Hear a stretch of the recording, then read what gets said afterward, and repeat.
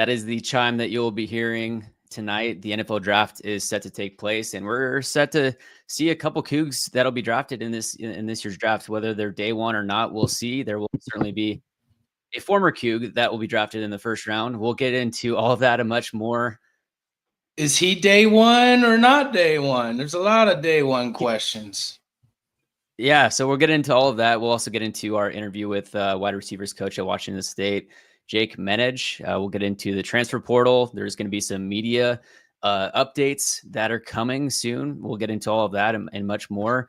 And for all things Cougar Athletics, make sure to check out CougFan.com. Make sure to subscribe to their premium membership. That is where all of the latest and greatest, all the up-to-date news for Cougar Athletics is going to live. Make sure to subscribe there. If you're thinking of buying a home on the West Coast, Washington, Oregon, California, Idaho, or Arizona, make sure to reach out to myself, Connor Webb. I'll have a link in the description of this video if you'd like to reach out and connect for your mortgage financing. And Dylan, what do you do? Yeah. If you're getting that new home and you need Connor for your mortgage, well, you're going to need to put a brand new solar system on top of that home and lock in that energy rate for the next 20 to 25 years. I work for New Sun Power. So if you guys have any questions regarding what solar looks like, how it affects you going into the future, and what locking in a rate exactly looks like, feel free to reach out to me as well. And also, we'd be doing you guys a disservice if we also didn't tease a brand new Washington State men's basketball transfer. We've got a couple clips speaking to him as well. So it's one of the two guys that are coming in. We're not going to name names yet. You're going to have to stay tuned for this one.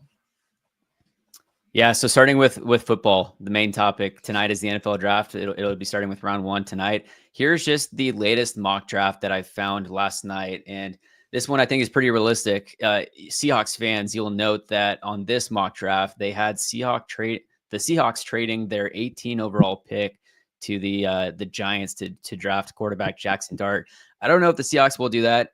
I think they might, depending on your opinion, they might draft Jackson Dart right in that spot. We'll see. But of course, this one, former Coug, current Miami Hurricane, former Miami Hurricane, Cam Ward is listed here at 1-1 to the Tennessee Titans. If you saw yesterday, Tyler Lockett announced that he is actually heading to Tennessee to join the Titans as well. And talking about a former Coug that is going to be drafted this year, we'll see exactly where he's going to be drafted.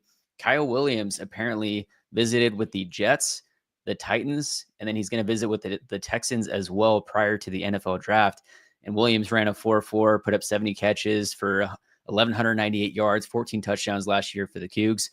Imagine a scenario to where it's Cam Ward throwing to his former teammate Kyle Williams, and then also Tyler Lockett in Tennessee. What are your initial takeaways from just that news? Yeah, I mean, initial takeaway, Cam Ward, he's going number 1. He's going to be the number 1 draft pick, a guy that no stars coming out of high school, ran the wishbone in high school. So that kind of shows you why he might not have gotten the looks he deserved to. And, it's like incarnate word. What is that? That's a school. So apparently Jake Dickert found him and brought him to WSU 2 years. Obviously one of the more infamous all-time bagmen in terms of deals here under the Cougar Collective. Steals for deals in Washington State University. Just, hey, total a truck and, we're all good here in the snow, Mr. Ward. But yeah, you bring in a guy like Tyler Lockett, who's going to be a receiver who's a little bit past his prime, but a guy that is going to know an offense. He's going to make things a little bit easier for Cam Ward. Kyle Williams, I mean, just the amount of buzz around his name leading up to this draft. I mean, you also have the Chiefs. You have a lot of Chiefs writers out here right now saying that he could be a sleeper in the second round, possibly late first round. I mean, who knows? I mean, how awesome would it be if Kyle Williams snuck into the end of the first round? There's Chris Sims. He's got McMillan, the wide receiver at Arizona, number 1, and his number 2 wide receiver is Kyle Williams. I mean, a lot of prognosticators really like what they've seen with Williams. He had a really good pro day, had a very good showing at the NFL Combine as well. And, you know, it also goes back to, hey, he got 2 years at Washington State. Josh Kelly dipped for Texas Tech. Kyle Williams stayed. And there's been plenty of great sound bites with Williams through the year, especially in December after Coach Dickert left. You know, we can remember that one comment on Barstool Sports' page. Rhymes with witch. I don't know what that word is, but that's what Kyle Williams said. So going to be very interesting to see what happens. I hate the Chiefs, but damn, that'd be sweet. Yeah. That would be sweet if he was with Patrick Mahomes, Gardner Minshew, Jaden Hicks, and Jalen Watson already. Do we know if there's anyone working in the Chiefs that formerly was employed at Washington State, or do we just have a big Cougs fan that works there? They like what they see on the Palouse, and you know what? That is a Super Bowl winning organization over there that is probably going to hand out a couple more Super Bowl rings over the next 5 years under Mr. Mahomes. So, yeah, it's going to be an interesting draft. I feel like the buzz is Kyle Williams is going to be selected in the second round, somewhere around there. You know, so. The higher he's drafted, the more money he's going to make. So we're going to hope that Kyle can see that name called as soon as possible. And we're going to see a former Coug. And folks, it's going to say Cam Ward, Miami University. I loved watching Cam. I was a Cam backer. You know, he was a lot of fun at WSU, especially that last Apple Cup. What still kills me, if he would have just tucked the football and ran it, he had about 15, 20 yards ahead of him with a first down, run the clock out. UW, no more Final Four for you. But and then we had the non-hold, the holding right, not huge. Get called. That was one of the worst calls we've seen. But yeah, I mean, you know, I've been saying this 2 years is a new 4 years here in college sports, whether it's basketball or football. And I feel like we're seeing much higher turnover for 1 year guys in terms of basketball because there's just so much money involved in this thing now. So, you know, jumping back to Kyle, I think the Seahawks would be a good spot for him. You know, I think the Titans would be a good spot for him, especially, you know, if he ends up in Tennessee. They don't really have a lot in that receiving room as is right now. I mean, you're telling me he can't start over 32-year-old Tyler Lockett. So that'd be a good landing spot for him. You know, we'll see what happens. I know Esapole had quite a few different meetings he had set up as well. You know, the Chiefs, I know we're talking with him and a number of other teams. So hoping he can see his name called in the 6th or 7th round. If it doesn't get called, you can expect him to sign a undrafted free agent deal with a team probably moments after this draft ends, you know, as we see with a lot of players. With Essa, this is the graphic from Washington State University that was posted yesterday. Got to let the fellas know about Esapole. 0 sacks allowed during the 2024 season. That is outstanding. And I did see one scout that expects Essa to be drafted in day 3. So that would be the final rounds of the draft. The NFL draft starts tonight at 8 p.m. Eastern time for the first round. Tomorrow, Friday, is going to be the 2nd and 3rd rounds, which will be 7 p.m. Eastern time. So make sure to be locked into the draft tonight. Cam Ward is going to be called first. There's going to be some Wazoo graphics that will be in there. So be on the lookout for that in the NFL draft and what to expect there. And then heading into more football news, we just had Jake Menage, the wide receivers coach for Washington State, on the podcast. It is now live on the Couch GM on YouTube. Go check that out if you haven't watched it already. But here's a little bit from Jake on his story, how he made it out to the Palouse. Yeah, so was very fortunate, to get the chance to play at South Dakota State. I grew up in small town southern Minnesota, so Brookings, South Dakota was only about an hour and a half from where I grew up. So kind of a dream opportunity for me to get to go play wide receiver there, and obviously had a ton of success and was a part of a lot of great teams and and was very fortunate, enough to be a part of that program. I knew early on that I wanted to get into coaching. Coaching's kind of been in my blood a little bit. Obviously, I got my cousin on staff too, which is a pretty cool experience for us. But knew I wanted to get into coaching. So, when I got done playing, I ended up GAing at a Division II school, Southwest Minnesota State, out in Marshall, Minnesota, which is kind of out where I grew up, and then closer to South Dakota State too. And then I had a chance to go be a graduate assistant out at Northern Illinois for 3 years, kind of working with the receivers and the tight ends while I was out there, which was a great experience for me. And then in 2022, I got my first full-time job at Northwestern College, which is an NAIA school in Iowa. I got the chance to be the offensive coordinator there for 1 year. And then the following year is when Coach Rogers got the head job back at South Dakota State. And when he got the head job back at SDSU, the receiver job came open. And there was a chance for me to come back on staff. And obviously, for me to get to go coach the position group that I played at my alma mater was kind of a dream come true for me at that time, and was an opportunity that I felt like, I couldn't pass up.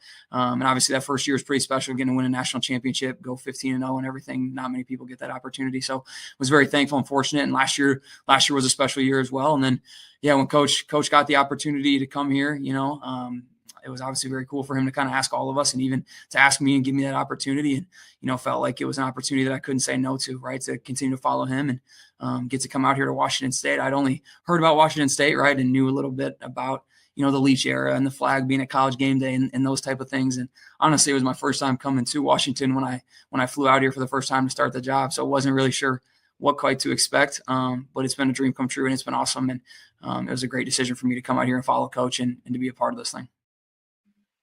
One of the guys that played at South Dakota and then ends up following Coach Rogers out to Wazoo. And he mentioned that he had only heard about Washington State. He saw the branding and the flag flying around on College game day. And here's Dylan's follow-up question talking about the WCU branding specifically. I wanted to just kind of stamp off the branding and Coach Leach that you talked about. You see it from afar. Now being a coach at the university, recruiting, what's it like to know that you are going to have that crimson flag at every college game day? And pretty much every college football fan that has a heartbeat knows who Mike Leach was.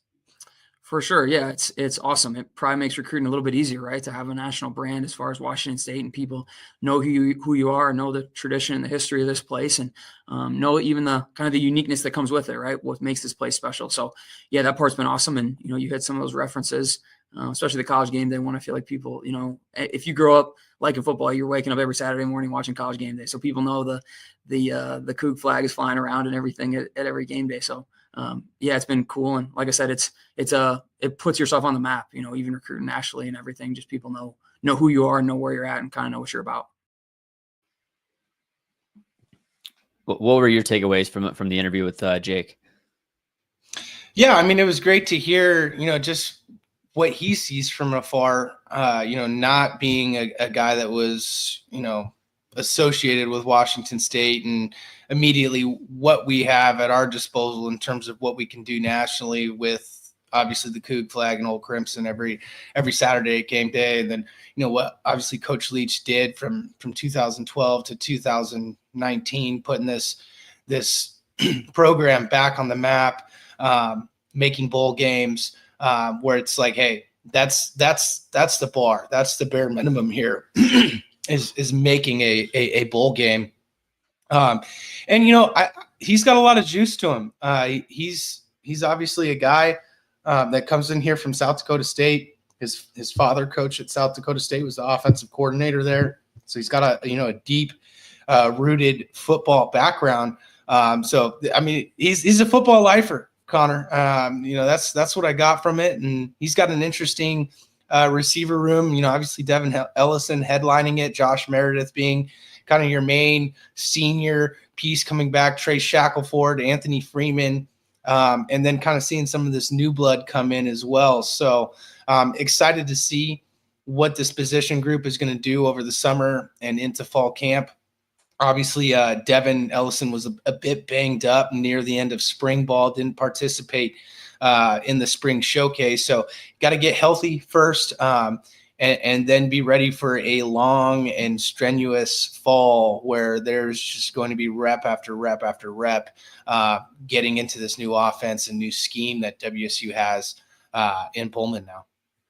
And here's a clip from Jake talking about the wide receiver room that he expects, or what he saw from this wide receiver room this spring. As you mentioned, spring ball just wrapped up. You came into the Palouse, and there's solid wide receivers that have already come in house. And Josh Meredith, you got Devin Ellison, you got Trey Shackelford, some of these standout guys. Walk us through kind of the personnel that you're working with the wide receivers and what we can expect this coming year. Yeah, so super excited about the room and kind of the growth that I saw during spring ball, right? The biggest challenge for sure is picking up on a new offense, right? Because everybody kind of starts a little bit at ground zero as far as, a system and a scheme standpoint. Obviously, the older guys have played more football and kind of understand how things work conceptually and how pieces of a puzzle fit together and everything. But those guys, have really all done a good job. And I'm super excited about this room and kind of the future of what it's going to look like. I think we got a little bit of everything, and everybody's got a skill set in the room as far as what they can bring to the table and what they can do. And, being from some outside type bodies to some slot type bodies. Our OC always says it's Coach Freund, but our receiver room's got to look like a basketball team, right? So you got to have your point guard to your center and kind of everywhere in between a little bit. And I would say we have that in the room, which is exciting. Exciting for me as a coach. I think we have guys that can take the top off, right? But we have the short area guys good with the ball in their hand. Which when you have that in a receiver room, you have a chance to be special because you have a lot of guys that can do a lot of different things. So I'm definitely excited about, where we're at. And obviously we've got a lot of work to still do before the season comes. We got to get through summer and through fall camp before we, really know what we have and what we're going to be and everything. But as far as what I saw in spring ball and everything, I'm excited about, the future and what our room could look like in the fall. You mentioned it looks like a basketball team. You point guard, your stretch four. What would Devin Ellison be? Is he a little bit of everything? Is he like your point forward? Yeah, he probably fits in that point forward somewhere between the 3 and the 4, right? Somewhere in that range. But yeah, he's got a skill set. Dev does. He's pretty gifted in everything, so he can fit in a lot of different areas, which is kind of what you look for in receiver recruiting too, right? Yeah, I suppose he's kind of in that 3-4 point forward. I think that's a good comparison. What jumped out tape-wise when you guys were in that recruiting process? You beat out UCF and Boise State to get him. I mean, those are two good programs to beat out. Yeah, I think Dev's got some natural abilities as far as his ability to bend, his quickness, his ability to take the top off the defense. He's got a lot of talent and ability that way, as well as making contested catches, right, and doing something with the ball in his hand. So, you put all those things together, you got a chance to be good at receiver. And even Dev would tell you this too. He's still raw right now. He's got a lot of growing still to do in an area that he can take a jump and still has a ceiling ahead of him. So, we're looking forward to building on the spring that he had into the summer and this fall, and kind of see where that takes him during the season.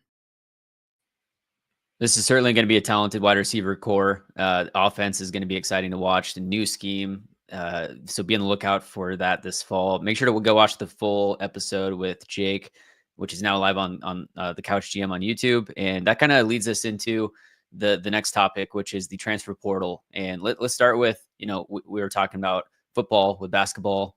Dylan, what are the updates with the basketball and the transfer portal? Yeah, so late last night, it was actually the deadline to enter the portal, the last day to leave your team, enter the portal. And there was a bit of a surprise for WSU men's basketball. Dimitri Vucevic entered the portal. Our own Jamie Vinnick put out a story earlier today kind of describing, hey, look, there is still a chance that he returns. So he was a redshirt last season, didn't play. And with Ethan Price and Dane Erickstrup out the door, there was an expectation that he would have some minutes,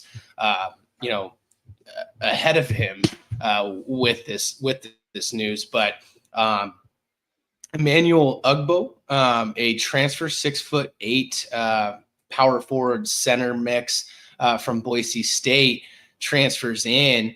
And he had some prior experience with an assistant coach on this staff whose dad helps the Boise State program. It was a Boise State player in the late 90s, drafted by the Blazers. The name is forsaking me right now, but big time addition. This is a guy that's looking for a spot that's going to come in and, play 20 to 30 minutes a game, most likely be your number 4 or your number 5 in that starting lineup. Not a high volume 3-point shooter, but shows, he can make some outside shots. Comes from the Netherlands. And when you're bringing in international guys, these guys have a little bit more flair in their game in terms of, bigger players, guys that are forwards, centers. They can handle the rock. They can initiate offense. They can do a little bit more, in terms of what their gameplay is. So exciting to see him on board. We bring over somebody from Boise State, Leon Rice, his program. And it just goes to show you that David Riley is trying to bring in defense here and rebounding. That's, 2 of the 3 areas, the other being turnovers. The other guard that they brought in, Morehead State transfer, Morehead State, that's where Ja Morant hails from. They've always had a pretty good mid-major program. Jerome Morton, a 6'4" guard, coming in, average double digits in points, a few assists per game. So they still have technically 6 open scholarships to fill with Dimitri now in the portal. Who's to say if they can retain him or not going forward? But just off the looks of it, you retain Case, why not? A guard, Parker Garrett's a point guard. Thomas Thrasterson, a guy who's going to be in that 3 or 4 position. Andy Okafor, another front court player. So, I think they're looking at getting another big, another wing, and a couple more guys that can handle the rock in terms of ball handlers. You want to see another scorer come in here. You lose Lawan Watts, Cedric Coward, Isaiah Watts. You need to bring in another guy that's going to be able to score 10 to 13 points per game. And also shoot that outside shot. So it's going to be interesting to see what WSU and Coach Riley decide to do. There's a few names that they've been linked to recently in the portal. Jordan Ross, St. Mary's transfer. He's a guard, but it's some stiff competition for him as well. Washington, Mississippi State, Clemson, Gonzaga, Iowa, Vanderbilt, St. John's. St. John's, come on, Mr. Patino. You got enough. You got Bryce Hopkins and Isaiah Sellers already. I've loved what St. John's has done in the portal. Washington State, UNLV, and Seton Hall as well for Jordan Ross. Another player, Norfolk State transfer Jalen Myers. Norfolk State, they won the MEAC last year. They made the NCAA tournament. He's got recruiting interest from our old friend Kyle Smith at Stanford, Hawaii, LMU, and Abilene Christian. He's already apparently taken a Zoom call with Fresno State and LMU as well. So, a couple teams that you're seeing in the near future, Fresno State in the 2026 Pac-12, and then obviously one more year of the West Coast Conference. But you're starting to see some movement in terms of some incoming transfers because you got to remember that transfer portal, it works both ways. People leave and people come in. So going to be interesting to see how Riley attacks this offseason. Obviously, he doesn't have 4 players coming down from Eastern Washington that know his system already, and the synergy that you saw with the Dane Airstrip, Ethan Price, Lawan Watts, and Cedric Coward. So this is going to be a whole new ball club. Obviously, you do retain 4 or 5 guys, but I feel like it's going to be a bit of a tougher offseason in summer in terms of getting this group to gel and figure out, how they're going to play this season. And there's an interview that Dylan did with Emmanuel, which is going to be going live as soon as the article is up on Coug Fan. Here's the first minute and a half exclusive on the Couch GM. We have a special guest on Coug Fan TV, fresh from Boise State, transfer wing, Emmanuel Ugbo. First off, congrats on being a Coug. And, what's this last 24 hours been like for you? It's been great, getting a lot of love from the Coug fans on social media, meeting a lot of new people, talking to the guys. Very excited. The guys are excited to play with me. I'm excited to play with the guys. Spoke to the coaches, obviously. They were happy. So just being very exciting. Yeah, I mean, you played for Leon Rice under a year, a very good program in Boise State. I know a lot of Cougs have a lot of respect for Boise State's athletics. But, in terms of looking for a bigger role, you feel like you found that here at Washington State? Yes, sir. I've known the coaches for a long time. They've recruited me for a long time. Also, before I went to Boise State when they were still at Eastern, and they've seen my game evolve and develop. And when I was on the visit, just talking to them, seeing the plan they had for me, seeing the facilities, knowing the league they play in, knowing the way they play basketball, because we played them last year. It was just a no-brainer, So yeah, and I know I can trust Coach Riley, and I know I can go out there and do my thing.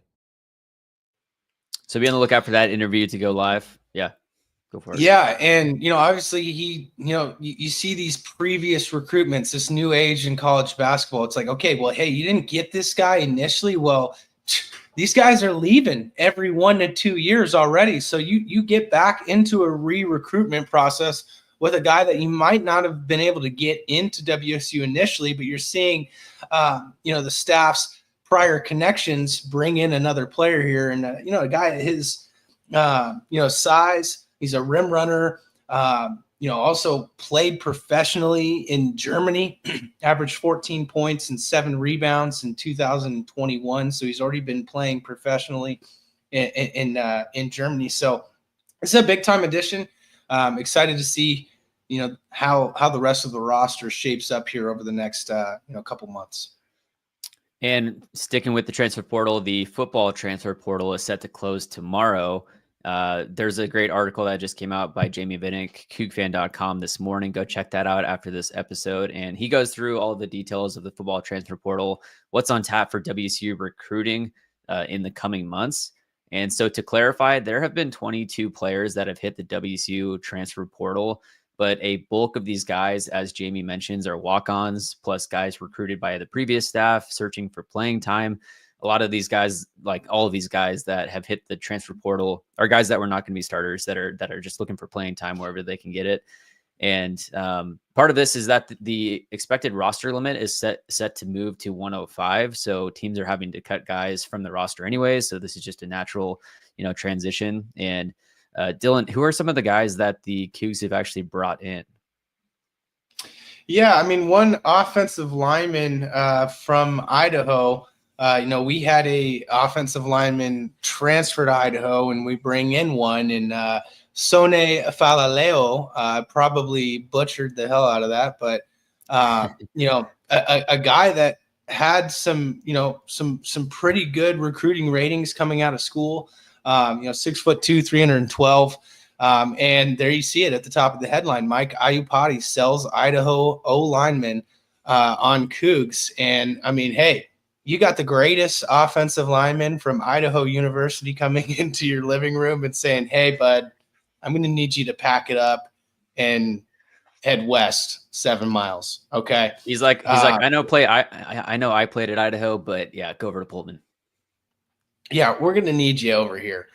So a little bit of an offensive lineman trade on the Palouse. Is that the first official trade on the Palouse?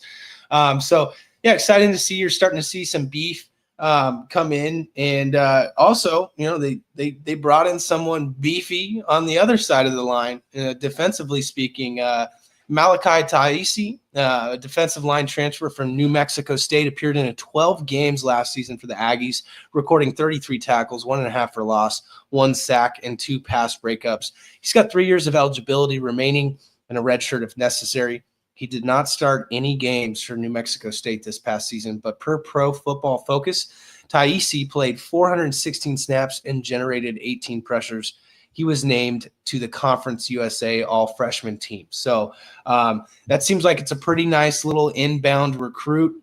And like the staff has said, you're going to see this defensive line almost acting like a hockey line change throughout the year, where they're going to be bringing in 4 in, 3 in, 2 in, and keeping that O-line ready to go. Another target here, North Texas edge transfer Braylon Charles is locked in a visit with Washington State. That was last week that we found this on Twitter via Chris Hummer and Matt Zenitz. 6'4", 270 pounds, posted 30 tackles, 5 sacks, and 16 additional quarterback hurries last season. So I'm sure the Cougar Collective is probably going to have to work with that guy, bringing him in. So That'd be a big time addition. You get a guy that has, 5 or 6 sacks last year come in, a veteran presence as well. So we're seeing Jake Rogers or Jake Rogers. My goodness. Whoa, dude. I'm sorry, Coach Rogers. Jimmy Rogers come in and beef up these offensive lines and defensive lines because, under his tutelage, I mean, that's where the games are going to be won, on the line of scrimmage.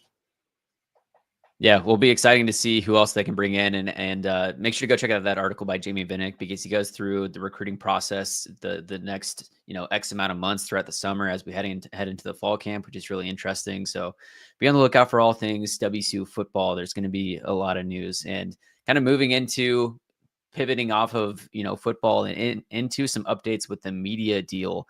So there's an article that, again, from Cougs Fan, posted on April 22nd by Barry Bolton, which is great. WSU president Betsy Cantwell tells Regents Athletics is 40% of the current focus. And this is a great article. It's talking about exactly what the next steps are for the Pac-12. And they talk about her work in athletics also includes conversations with the current Pac-12 and future Pac-12. And at some point this week, she's going to be releasing her 100-day plan for what her plan is, moving forward as the WSU president.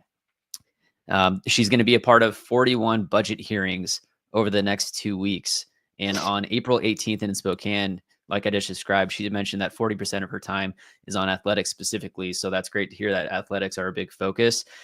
And as a part of this article, it describes that there is expected to be a 5-year media rights deal, which is set to start in July of 2026, which should be expected to be announced in the coming weeks. So we should hear very soon on what this media deal will look like. And on top of that, currently there are 7 schools that are a part of the conference moving forward, which is set to start in the fall of 2026. For football specifically, it's Washington State, Oregon State, Fresno State, San Diego State, Boise State, Utah State, and Colorado State. You also have Gonzaga for other sports, but it's basically all state schools currently. And they have to add one more by the start of the 2026 season. We'll see if they add additional schools. Like I mentioned, off air prior, it's the Pac-12. Are you going to go to 12, or do you just stick with 8 at the first go? But at the same light, it's like the Big 10, the Big 12. They don't have those amount of schools in it. Some of the targets still are Memphis, Tulane, Texas State, UNLV, University of Texas, San Antonio, and North Texas. What are your thoughts on some of this information? Yeah, I mean, trying to figure out what's going on with this litigation between the Mountain West Conference, these exit fees, these poaching fees, how much of that money is going to be slid down. I thought another interesting aspect that I saw on Twitter was Utah State. They got a little bit pissed off initially because they were not put in that first round. In terms of getting a half share for the Pac-12. They were not put in that first round. And then you had the you had the Mountain West Conference working their side of things, where it's like, okay, well, we're going to give UNLV and Air Force 5X of what this incoming poaching fees and settlement fees with the Mountain West Conference. Well, that pissed off Utah State that they're not their flagship university. Because I'll tell you what, Utah State, much better than Air Force, sitting prettier than UNLV right now. UNLV is broke. I mean, they're broke. And that was one of the main reasons that UNLV stuck with the Mountain West Conference, is because they were going to get an influx of 20+ million in media rights. So, that pissed off Utah State, and they said, you know what, screw it. Yeah, we'll take off. We'll deal with whatever the Pac-12 is going to handle us. It's going to put us in a better position. Also, their NIL, I mean, they've got a $4 million pool for their men's basketball NIL. I mean, that's crazy. It's almost 3 times as much as what possibly WSU is dealing with. So they obviously care about athletics. Cantwell coming from Utah State as well. I thought that was kind of an interesting tidbit. So, the hope is you can get UNLV in here in terms of location. Mullen now coaching there. I mean, it just didn't make sense. I mean, they're paying Mullen $3 million a season to be in the Mountain West Conference. I mean, that just doesn't add up. You're bringing in a big-time football coach that obviously coached Dak Prescott at Mississippi State and got Mississippi State's program into a position where he was able to get a head coaching job at Florida. So he's done the Lord's work wherever he's been at in terms of getting a football program into relevancy and being competitive at that level. So the hope is you can bring in UNLV, Tulane, and Memphis, and boom, there's your 10. And is UNLV the one where they only have enough funding currently to pay the football head coach like the first year or 2 years? 1 year. They have the funding for the first year of the head coach for the football team. So they're in a spot they could definitely So as soon as that media rights deal is announced, be on the lookout, subscribe to the Couch GM, be on the lookout at cougfan.com. We'll be talking all things, Pac-12 media rights deal as soon as that comes out. And then to end this podcast, this episode, we're going to end it with a little Kyle Manzardo appreciation clip. Currently with the Cleveland Guardians, he is one of the hottest power hitters in baseball. His batting average is a 219 currently, but he's got 7 bombs. Top 10 in the AL in home runs, RBIs, slugging percentage. He's top 10 in Major League Baseball in home runs. He was 5th in the league as of a couple days ago. Just kind of finished a bit of a heater stretch where he had 3 homers in 3 games. So we're going to listen to Mark DeRosa, the 2026 and 2023 Team USA World WBC manager, talk about Manzardo. And his OPS plus is 158, meaning that his bat as a whole is about 58% above league average, just for reference. See right here, I love it. He's almost got hot feet in a box, kind of like Nolan Arenado. And he has come into this season and destroyed left on left. 7 homers, and a majority of them are against left-handed pitching. Keeping his front shoulder in with bat speed and just driving the ball out of the yard. And last night, Jose Ramirez hits the 3-run bomb. He backs him right up to make it 4-0. And some of these are destroyed. Well, eventually, he hit a ball into the Allegheny off Skeens a couple days ago. First pitch, 93, kind of splinker, catches a little too much of the plate, and it gets just absolutely pummeled. And I like what he does at the plate when we get into a side angle. Just want to show how he's able. Pause. Click it back just a little bit. 2 things I want you to focus on. Number 1, Kyle, I'm going to give you a little helpful hint. You can't go to the plate with a baseball mark right above your hands. You got to take rubbing alcohol, a rag, and we got to get that off. You can't show the pitcher that you can get jam sandwiched, right? So that's got to come off. I used to doctor my bats all the time. All right, and I want you to focus on the back shoulder. I'm really intrigued by this, and I'm going to bring up some Mookie sound in a second. Just watch how he dumps his scap. He doesn't lose his barrel, but there's an effort to go this way, driving that back elbow. See it right there? Oh, yeah. To put the bat on plane. You don't want to be steep. You want to create that bat angle to get it on plane. Do we have the Mookie sound? Mookie was on TikTok talking about this in the offseason. Take a listen. So if I'm going low, don't, because sometimes you load like this. Load here, back, back, back.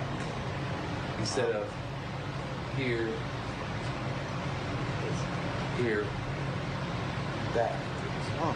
Love it. Makes a ton of sense. Kyle Manzardo does it as good as anybody. That feeling of taking this back elbow into your side to get the barrel in the zone hotter than to think down on the baseball. So a lot happening for the Guardians. We need to stop wondering why they're good. They're good. Stephen Vought's a stud. They play hard for him. Dylan's a lefty. You taking notes over there? Just right here. You just got to load down on plane.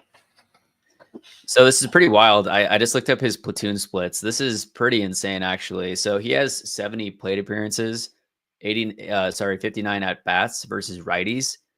Versus righties as a left-handed hitter, he's batting 170 with a 271 on base, a 356 slug, a 627 OPS. He does have 3 home runs against righties. But then from the left side, he has just 19 plate appearances on the year so far, 14 at bats, 429 batting average against lefties as a left-handed hitter, a 526 on base, a 1500 slug. He's got 4 home runs from the left side and or against lefties, and he has over like 3.5 times the amount of plate appearances against right-handed pitching. So we'll see if and the splits, the splits were reversed last season. Yeah, reverse splits. I mean, we talked to him about. Yeah, we talked to him about that too. We asked him one question, was like, "Hey, look, one thing in terms of coming into this season is how do you avoid being, a platoon player? How do you get in against more lefties?" And basically, all he said is, "All I did this year was simply hit off a lefty pitching machine that's throwing curveballs and sliders from the left side, and there you have it." I mean, he probably was in the gym all year, all off season long, just swinging on, off speed from the left hand point of view. So the work he's put in on the left side of the plate, we should say, batting lefty, against left-handed pitching has been awesome. So if he can get to a point where you can have that average get up to at least 250 against righties, I mean, he should be able to hit 230 this season and have 20 to 25 bombs. I misquoted his OPS from the against lefties. 1500 was his slug. He's got a 2.026 OPS against left-handed pitching, which is absolutely absurd. It's like right now, it's like, Dylan Moore against left-handed pitching is Barry Bonds, basically. Kyle Manzardo versus left-handed pitching is Barry Bonds right now. So be on the lookout for Kyle as we move into it. Yeah. We'll give a quick update too on Ryan Walker, and Mr. Walker has still yet to get back to his 2024 velo, which was 96 to 97 with that 2-seam fastball. He's been sitting around 94, 95. That was something that Melvin said in spring training was he's still trying to get back to that point. And, it's different timings with different pitchers in terms of when they finally get that wing fully loose. But, last night he comes into a 4-0 ball game 2 days after blowing a save to the Angels. And he had a bit of a rough standing with the home plate ump in that Angels game on Sunday. Should have had a strike 3 call to get the first out on Mike Trout in the inning. Doesn't get it. Bases load. Gets into a 2-1, 3-1 count where you got to porch a fastball down the middle and Joe Adele clears the bases. Yeah, tough luck. And then I just don't understand this move from Melvin last night. Okay, he just blew up. He just had a crazy Sunday where he gives up 4 runs. You're up 4-0. And you bring him into a 4-0 game. We see this all the time with closers that come in, whether it's tied or they're up 5 or they're up 6, and they blow up. He ends up giving up 2 runs. Runners on second and third with 1 out, 4-2. Camilo Doval's got to come in. He closes the door. So it's going to be interesting to watch over these next couple weeks. There's a real possibility he can lose that closing job that quickly. He earned it from Doval. So, Major League Baseball, it's a business. They don't care. Like, if you can't close games in the 9th inning, you're not going to be there anymore. So hopefully Ryan can kind of tweak some things, figure out, what's going on with the control, because he's not missing by a ton over these last 2 appearances out of the bullpen. So that's something to monitor going forward for Ryan Walker. ERA above 7 right now. So hopefully he can kind of figure things out and get things going for the Giants. Yeah, the Braves also did that with Raisel Iglesias the other day, to where they were up 4 and then they put him in and he blew up and they ended up winning by 1 run. Yeah, it's like, why are you doing that? Save those guys for the save opportunities. But thank you for tuning in this week. Make sure to check out CougFan.com. Subscribe for their premium membership for all things Cougar athletics. subscribe to the Couch GM. Go check out our interviews with current WSU players and coaches as they roll out. Go Cougs, and we'll see you in the next one. And make sure to stay tuned in to the NFL draft tonight. It's Brian.